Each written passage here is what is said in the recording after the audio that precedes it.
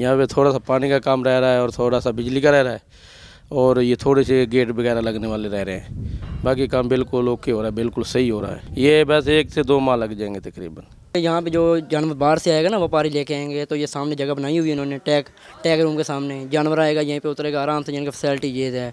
बाकी वाशरूम हर चीज़ अवेलेबल है यहाँ पे, यानी कि बाहर वाले आने वाले बंदे को कोई टेंशन नहीं है, वो भी सही रहेगा।